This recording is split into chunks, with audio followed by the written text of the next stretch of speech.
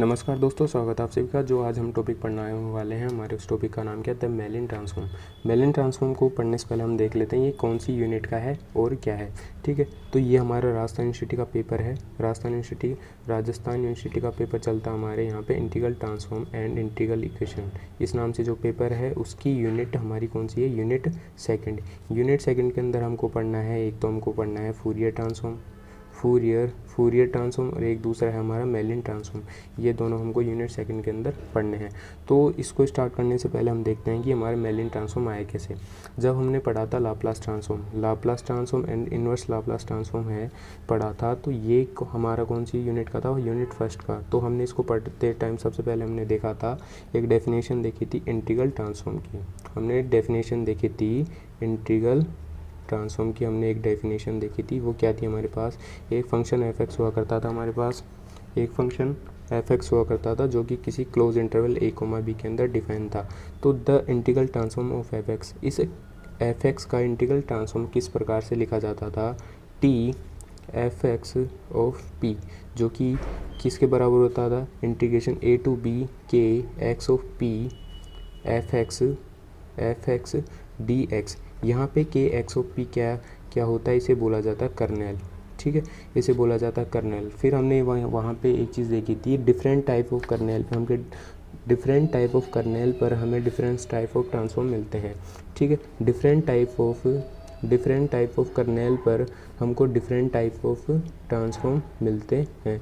जब हमने इस कर्नेल की वैल्यू वहाँ पे लाप्लास ट्रांसफॉर्म के लिए इस कर्नेल की वैल्यू हमने रखी थी e⁻⁻px। ये हमारी क्या थी? कर्नेल की वैल्यू किसके लिए? लाप्लास ट्रांसफॉर्म के लिए। फिर इसी प्रकार अब हम देख रहे हैं हमारा कौन सा है? मेलिन ट्रांसफॉर्म। मेलिन ट्रांसफॉर्म के लिए जो हमारा कर्नेल होता है, कर्नेल की वैल्यू होती है हमारे पास x⁻p−1। ये हमारा क्या होता है? मेलिन ट्रांसफॉर्म के लिए कर्नेल होता है। ठीक है, इसी प्रकार अगर हम देखना चाहें तो फूरियर साइन और फूरियर कोसाइन के लिए जो हमारा कर्नेल होगा, फूरियर साइन के लिए हो जाएगा 1/√2 sin px। ये कर्नेल होता है फूरियर साइन के लिए, और फूरियर कोसाइन के लिए होता है √2 cos px। ये हमारे क्या होता है? फूरियर कोसाइन के लिए कर्नेल। ठीक है, तो हम आज जो हमारा टॉपिक है वो क्या है? मेलिन ट्रांसफॉर्म। मेलिन ट्रांसफॉर्म के लिए जो हमारा कर्नेल होगा वो होगा x⁻p−1। ठीक है, तो इस यूनिट के अंदर हमको पढ़ना क्या क्या है वो हमको पढ़ना है। सबसे पहले हम इसकी मेलिन ट्रांसफॉर्म की डेफिनेशन देखेंगे। मेलिन ट्रांसफॉर्म की डेफिनेशन देखेंगे। डेफिनेशन के बाद में हमको देखना है कुछ प्रॉपर्टीज़, क्या क्या प्रॉपर्टीज़ होती हैं इस मेलिन ट्रांसफॉर्म की। फिर उसके बाद में हम देखेंगे मेलिन ट्रांसफॉर्म ऑफ डेरिवेटिव का क्या ट्रांसफॉर्म होता है मेलिन ट्रांसफॉर्म। फिर उसके बाद में हम देखेंगे the Mellin transform of integrals का मेलिन ट्रांसफॉर्म क्या होता है, ये देखेंगे। ठीक है, फिर उसके बाद में हमको देखना है इन्वर्स मेलिन ट्रांसफॉर्म और मेलिन इन्वर्जन फार्मूला। फिर उसके बाद में देखेंगे मेलिन इन्वर्जन फार्मूला हम देखेंगे, और इनके जो जो हमारे पास क्वेश्चंस वगैरह होंगे वो हम यहाँ पे डिस्कस करेंगे। तो सबसे पहले हम देख लेते हैं मेलिन ट्रांसफॉर्म की डेफिनेशन क्या होती है। तो देखते हैं मेलिन ट्रांसफॉर्म की डेफिनेशन इस प्रकार से होती है, let a function f x. ये हमारे क्या है? फंक्शन है, जो क्या है? हमारा function f x be defined, जो कहाँ से कहाँ तक डिफाइन है? इस इंटरवल के अंदर डिफाइन है, 0 to ∞ के बीच में हमारा फंक्शन x है जो डिफाइन है। Then the Mellin transform of F x.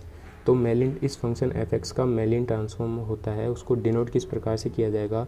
मेलिन F X of P और कैपिटल एफ ऑफ पी। ठीक है, और इसको किस प्रकार से लिखा जाता है? Mellin F X of P is equals to integration 0 to ∞ x⁻p−1 F X D X. यहाँ पे ये x⁻p−1 क्या है? कर्नेल। ठीक है, x⁻p−1 क्या है? कर्नेल। अब हम जैसे जैसे हमने यहाँ पे कर्नेल की वैल्यू जैसे चेंज करेंगे हमारा ट्रांसफॉर्म भी चेंज हो जाएगा। तो हमारा मेलिन ट्रांसफॉर्म के लिए हमको जो कर्नेल लेना है वो जो क्या है? हमारा x⁻p−1 हमको कर्नेल लेना है। ठीक है, यहाँ पे जो m है, यहाँ पे जो मेलिन ट्रांसफॉर्म है, मेलिन ट्रांसफॉर्म को कैसे लिखा जाता है? Mellin F X of P, ये किसके बराबर होता है?